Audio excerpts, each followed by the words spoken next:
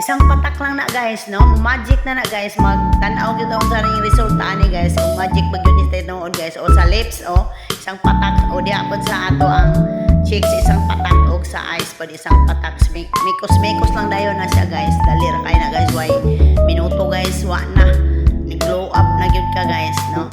Barato pag yun kay diri, no? Tanawa guys, o naka-lipstick na ko na mikos na lang na, o ana, o nya, wala gyud ay cut guys ha, wala gyud ay filter, o kana, o mikos lang niya, o sus dali ra gyud kaayo.